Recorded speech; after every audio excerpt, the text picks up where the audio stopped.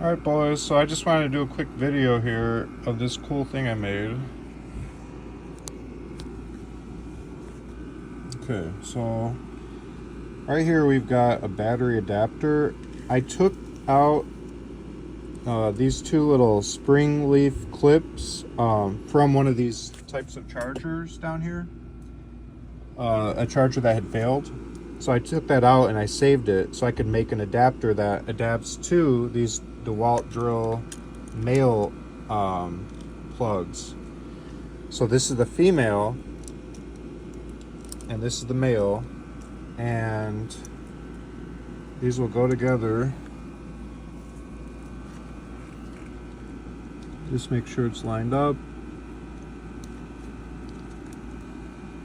like that. And then your power tool can then run off that. So that works. And then each power tool then I can plug into this with color-coded gold-plated bullet connectors.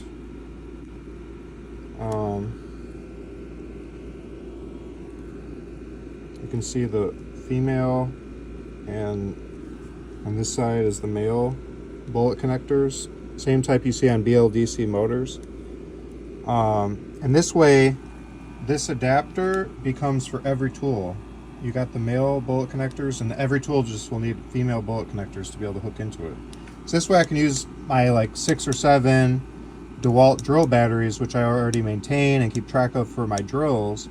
I can use it for random tools rather than buying a battery specific to that tool, which I rarely use. These odd, rarely used tools like this handsaw, you would just solder directly to its male terminals down here. You would solder directly wire to that. And then once you've soldered the wire to it, you wrap it in electrical tape and then hot glue it just to add some stiffness, so it's not going to be bending, flexing, and breaking here where it's brittle near the solder point. So that's important, just to stiffen it up. Also, you can see in here a Q-tip stick, which I use to also stiffen things up where I want stiffness so it doesn't move. And then I just happen to tape all the wires up on this one with electrical tape, making like a wiring harness looking thing. Now, the cheapest way to actually get some beefy wire for this is to use a household like extension cord on both sides. So the neutral and live extension cord pair, kind of like this one, you're using all the copper from both of those of the pair to do just positive or just negative. So you're basically using 2 wires inside here instead of 1. That way you're getting the full beefiness needed to run the high amp flow, to run one of these high amp power tools off a high amp battery pack like this. And as far as this, I just used 401 glue and Q-tips just to make this little housing and make it nice and stiff.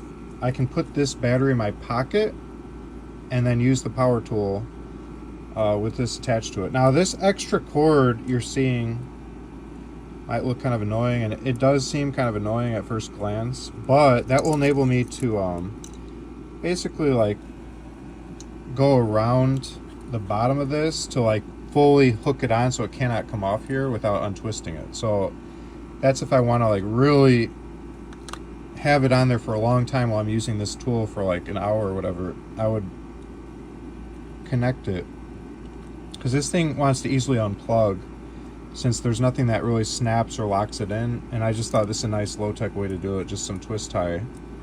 Right now it just kind of looks crazy, but it will just go around the bottom of this and then keep it nice and solid on here so it won't come off from time to time, which can be annoying. And then you can see I also have another tool. This is my electric pruners, and I did the same thing to its bottom, soldered directly to its output terminal, which normally would go to a Milwaukee type battery, it said on the listing.